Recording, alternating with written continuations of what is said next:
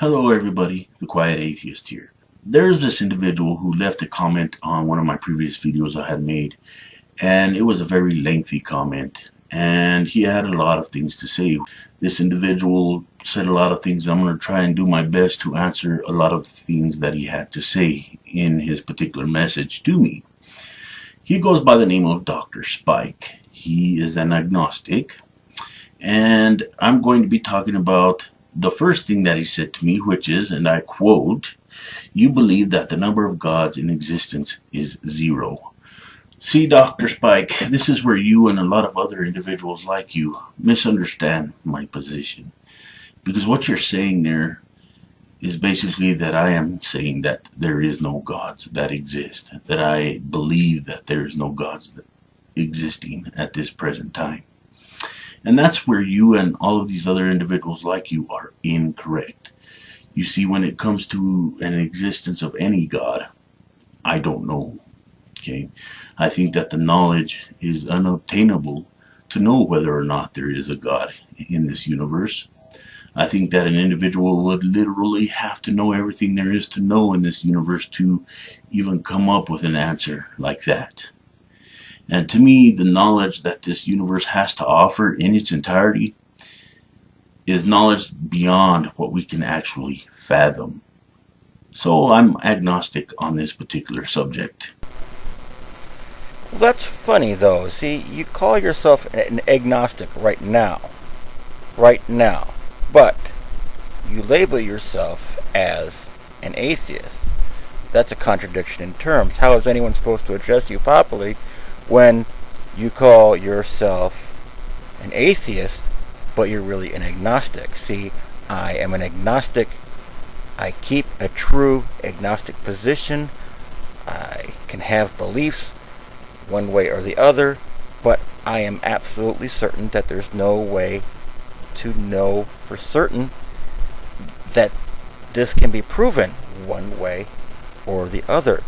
So therefore, all of my arguments are neutral from the starting point, and all my observations are from a neutral starting point.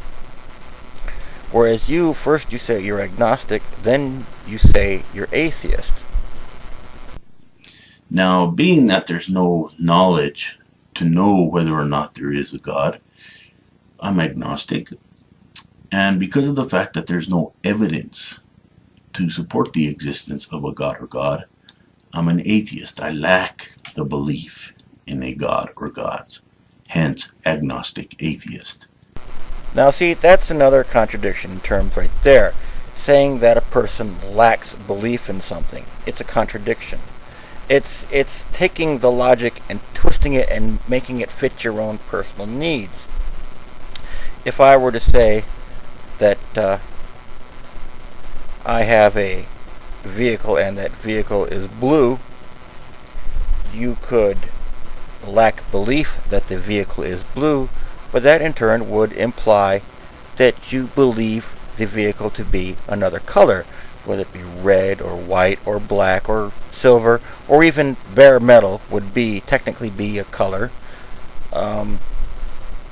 So you know, if I say I lack belief in ghosts, that means I believe that it's impossible for the physics to exist to allow ghosts to manifest into our physical world. If I lack belief in one thing, it means I believe the opposite is true. See, there's no lack of anything. There is only a belief. You either believe things one way or you believe things the other way. If I make a statement X, you can believe this statement to be true, or you can believe this statement to be false. If you believe it to be false, it either means that you believe something else in its place, or that you just don't know, but you're sure it's not that. And that's why I wanted to tell you my position first and foremost. And I hope that you can understand where I'm coming from at the beginning of this video, because some people have a hard time understanding. And that's what I wanted to do first and foremost. I wanted to make my position known to you so that way you can understand what I am talking about and understand where I'm coming from in this video. Yes, and again, your actual position is a bit fuzzy. You then take it upon yourself to ask me a very specific question, and the question is as follows. How do you know this? How do you know there is no God? And my only answer to that specific question is, please review the beginning of this video so that you can understand my actual position on this matter. So let's continue forward with your analogy, if you will. I don't believe in my morning cup of coffee. I know my cup of coffee is there. I just picked it up. However, if I'm waking up and smell coffee, I can come to the belief that my wife woke up before me and brewed coffee. Well, I wouldn't know if I would come to the belief, but I would come to the conclusion that there is coffee being made. Well, now see, you're taking the argument and you're trying to steer it off course. But you're not doing a very good job because you're using another word that still means the same word that I just used. If I wake up and I'm a little groggy and I smell coffee, I can assume, I can come to the belief, I can form an opinion, I can come to the conclusion, they all mean almost the exact same thing. If you can look it up, conclusion is an opinion. An opinion is a belief. You can look these up for yourself and see that it's correct.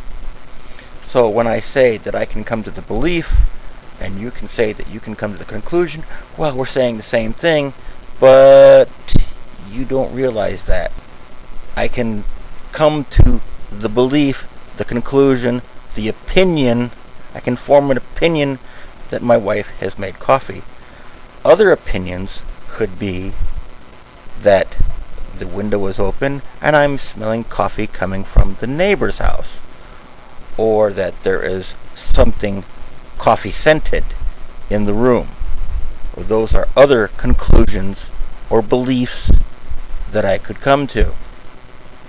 And as far as coffee is concerned, I think that we both can agree that there has been a lot of evidence for coffee to exist from its roots to now. There's complete evidence that has been studied, peer-reviewed, shared in articles, and came to a logical conclusion that coffee does exist. Hell, I got 3 boxes of it in my closet right now. So yeah, this analogy is an actual poor example of what you're talking about. Very good. You know that coffee exists. Wow. You know what? I know coffee exists too.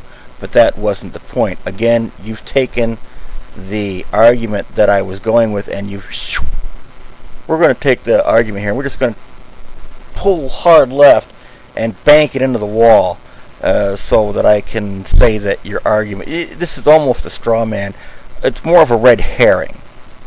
Okay, you're taking the dogs off the scent by throwing a red herring out. And it's not whether coffee exists in the world. It's whether or not coffee exists in my kitchen. See this? This is an empty pot. Does coffee exist within the realm of this pot? The answer would be no. But if I were to smell coffee, I could come to the conclusion or opinion or belief that coffee now exists within my coffee pot. See how that works? It's not a poor example. You are examining it wrong. You are understanding it completely wrong. You don't wish to understand it. Therefore, you are either purposely trying to take the argument off track, or you're not capable of following intellectual conversations. Like, before I go even further, I want to let you know that all of the analogies that you used in that comment that you left under my video fall flat on their face. How so? You mean like your coffee analogy? And including the watchmaker argument. But I'll be getting into that a little bit later. I first want to tackle some more of your analogies because I want to make my subscribers. Well, it seems you've ran into a little snag with your camera equipment. You do such a wonderful job of editing here. I can imagine what great and wonderful things that you have to say. But let's go back to the coffee analogy, shall we? See, I'm just getting to the point of whether you believe something exists or know something exists. If you know something exists, then there's no belief in it one way or the other. Let's take a simple equation. X plus y minus 7 equals 42. Now, solve x. Well, this is impossible because we don't have enough variables to complete this equation. So, any number that you take a guess at is unproven. Even if I say that 7 is x and you say 0 or minus 7 equals x, well, both of us, neither one of us have proof of what x is. So this is why this is a belief and not knowledge. See how that goes? X plus y minus 7 equals 42. We have no idea what x is. Well, we don't even know what y is. All we can do is formulate an opinion. And whatever that opinion is would be a belief because we cannot prove it one way or the other. So whatever you think it is a belief, and whatever I think it is also a belief, even though what each of us believe are two separate things. Okay, Dr. Spike. The next thing that I want to talk about that you left under my video is another analogy that you used. And I know that this one is probably going to fall on its face too, like all the others that I've talked about. But let's get to it anyway. So to my subscribers, he basically says, and I quote, "I can't see or touch radio waves, but I know that they exist. I've never seen the radio station producing them, but yet I am aware of its existence." Footprints. We are aware of its existence because of the evidence of it being there. If you look back in our past for over thousands of years, we have built buildings to shelter, to entertain, and to do similar things. This has been observed in many different areas over time, and there has been many evidences for these things. So when you mention that you can't see radio waves, but you know that they are there, that's because of the evidence that has been provided to you that they do exist. All of these things have a scientific process to them, Dr. Spike. And that's something that you did need to understand. Yes, I understand it quite well. Radio waves. We can't see or hear or touch radio waves, but we know they're there. Why? Footprints. Little traces, little clues. You turn on the radio and you hear something coming from the radio. Even if you had no idea what a radio station was or a transmitting antenna, as soon as you turn on the radio, you have a clue that something is making that happen. Footprints. You can know a person was standing on the beach. Even though you can't see him, he left footprints in the sand. as you said, evidence. If you can't distinguish footprints from evidence, then again, the intellectual level of this conversation is at an all-time low. So, if a God exists, or a higher power, or whatever you want to call it, I'll just go with higher power because I personally don't believe in the biblical Judaic God. It doesn't rule out a different type of higher power. I will just loosely use the term God in reference to a generic brand of higher power. It doesn't mean the biblical God, it doesn't mean the Islam God, it doesn't mean anything else. It just means a general reference to a higher power, and that's all I'm going to acknowledge.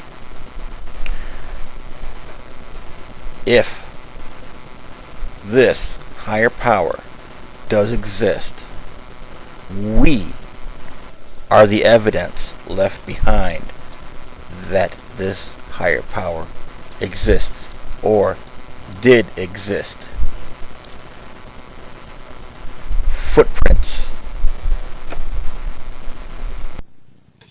Now, the next thing that I want to talk about is this whole situation that you had here about how you basically had a problem with individuals, bringing up arguments with the flying spaghetti monster or Santa Claus or my purple pink dragon with a diaper in my backyard, or any other kinds of arguments. One of the things that you have a problem with is the fact that some atheists out there ask Christians, if you believe in God, then why not Santa Claus?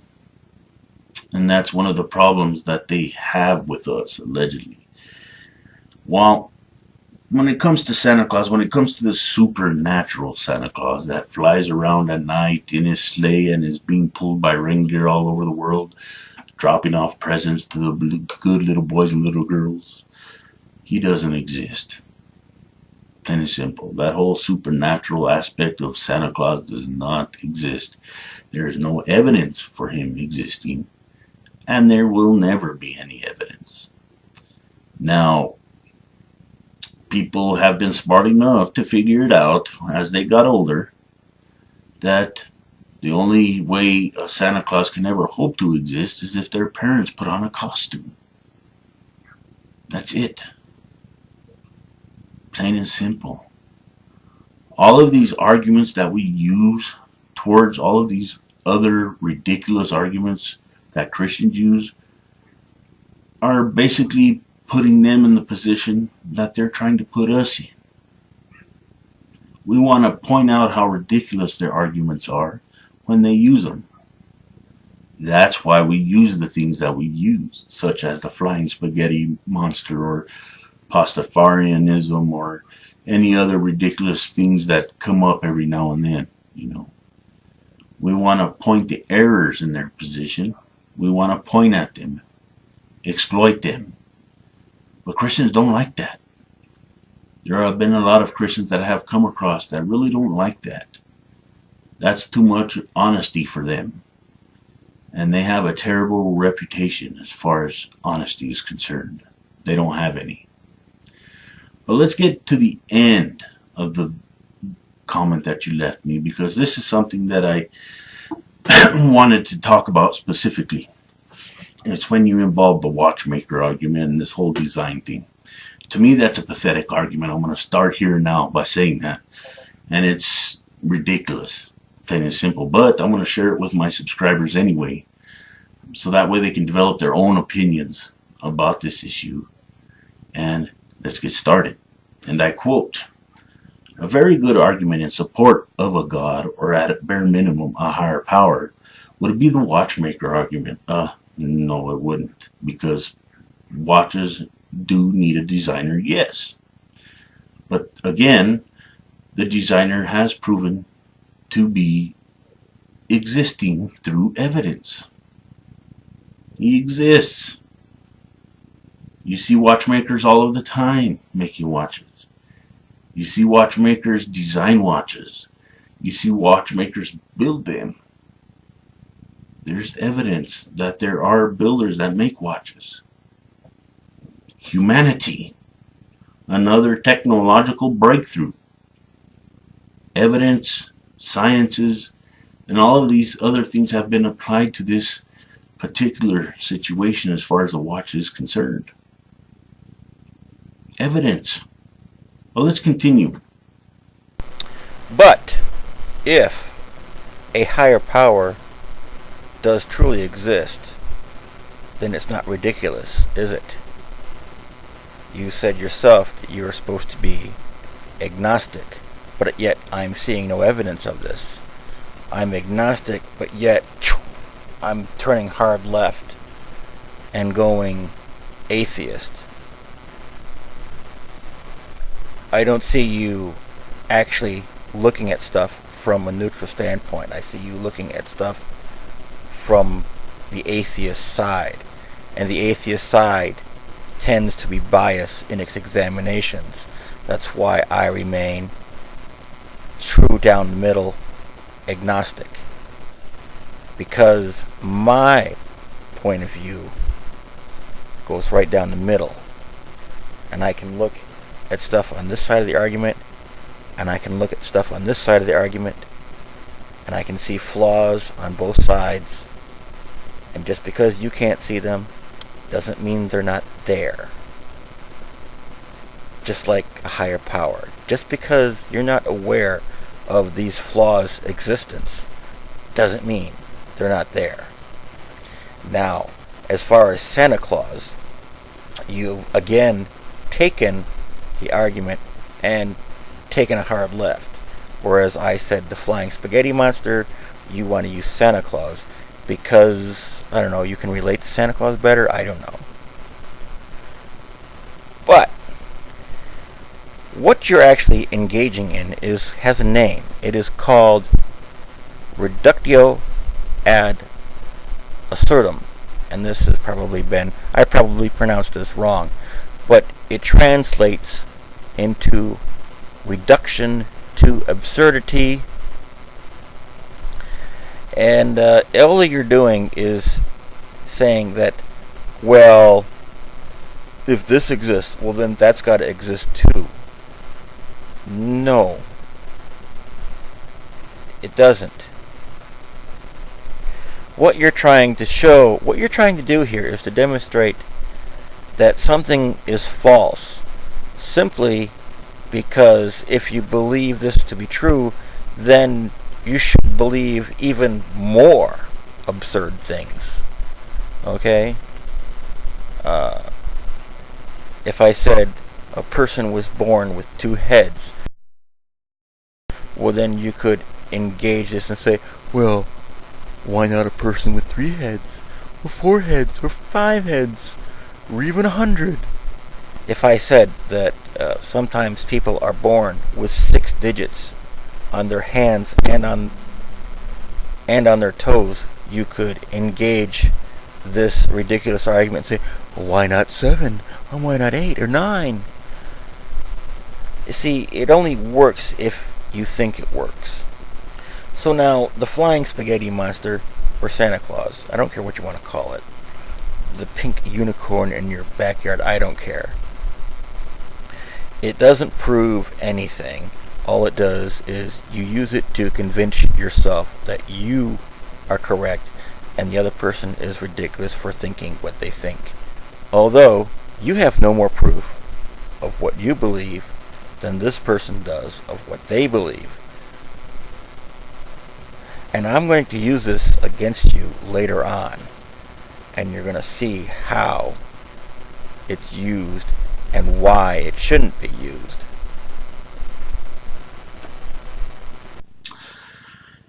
And I quote, with a little twist, basically the most complex computer in the world has a designer behind its existence. We know this and would never question it. Even though we've never seen the designers, now since humans are more complex than the world's most complex computer, it stands to logical reasoning that there is a designer behind its existence. Behind our existence is what you're trying to say. You know, I'm going to tell you right now that this whole argument that you are showing me is flat out ridiculous, because there's no evidence to support an existence of any kind of God in any way, shape, or form. Okay? None. I haven't seen any, and I'm pretty sure that there have been a lot of atheists out there who haven't seen any either. And that's why we don't have a belief. We lack the belief. Now, this whole situation on how we're so incredibly complex, and a lot of Christians out there like to say that we have this incredible human eye, and they argue with that particular argument. You know, that doesn't mean anything. Reptiles are supposed to have converted their scales into feathers. Now, a scale in a reptile is nothing but a fold in the skin. Now, how in the world could a fold in the skin have ever been frayed out into the intricate design of a feather? There's never been anything found intermediate between the fold in the reptile skin and the feather of a bird. In the evolution of flying creatures, an animal's forelimb, good for walking or climbing, must have gradually changed into a wing. We have never found any fossils that show this in-between structure. I suspect that such a creature, long before he had a good wing, had a lousy forelimb, and he could neither have walked nor flown. The whole idea is ludicrous. It has been scientifically proven how we evolved over a period of time, over a period of thousands of years. We have an evolutionary process that has been observable for many years.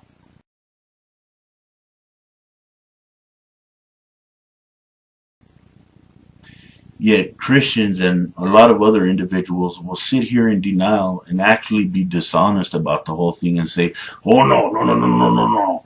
We're going to ignore the truth. We're going to ignore everything about it. Now, I'm going to stop you right there.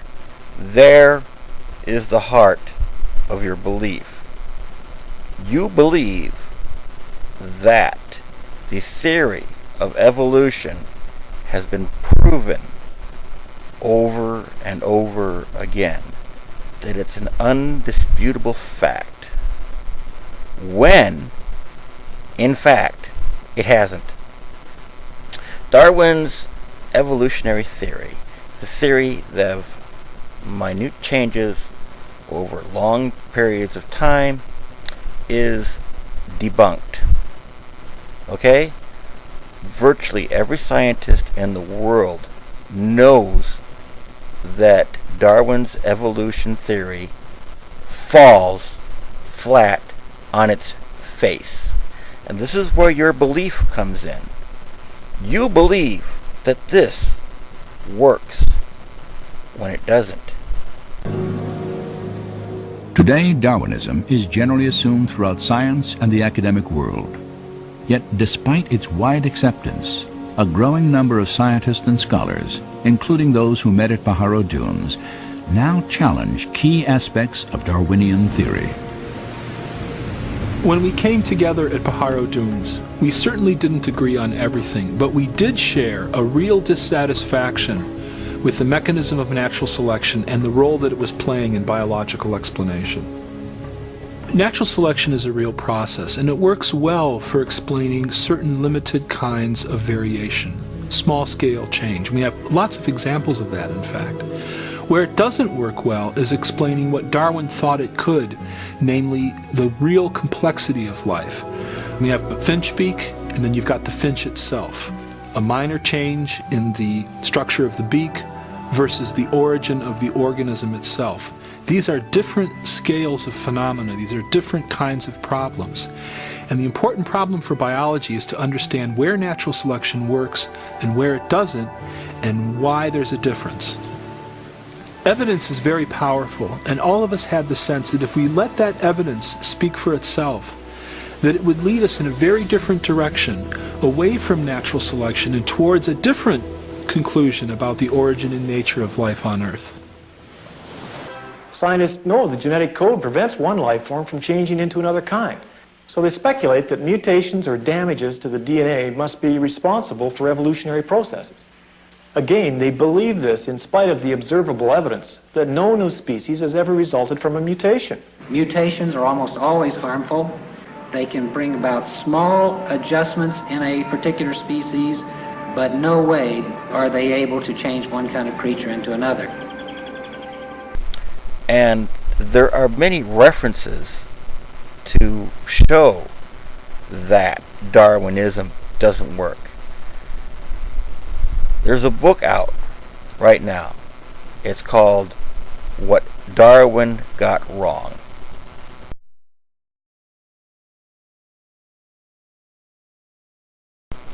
And it goes down the list, everything Darwin did wrong when creating his theory. Darwin just took a few observations of some animals and he came up with a theory. And he admitted that his theory, if anybody could, find anything wrong with his theory, the whole theory would come down like a house of cards. And scientists have done just that. Now what we are doing is we are ignoring facts and putting faith in evolution. But like I said, it's a belief. It's a belief system. You've just created a belief system to support your beliefs. The book, Where Darwin Went Wrong, is just one of many scientific studies. And I repeat that. Scientific studies made by scientists that have more credibility than Darwin ever did. And I already know what you're thinking. You're thinking, well, these are just creationalists that want to try to prove the existence of God when we know that there is no God. No. This book was written by two atheist scientists. Two atheist scientists. Not creationalists, not theist, but atheist.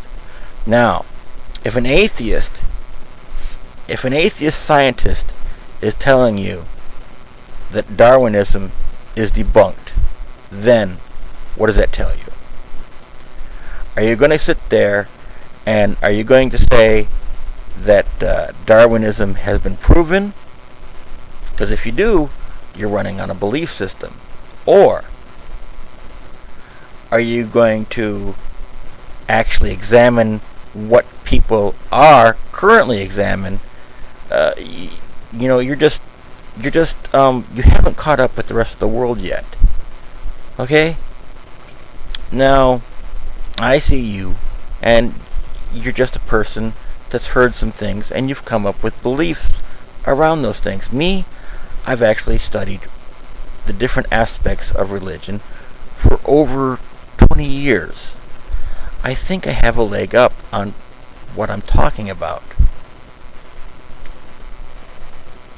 So here's the heart of your belief. Your belief is based on faith. You think that Darwinism is proven when it's not.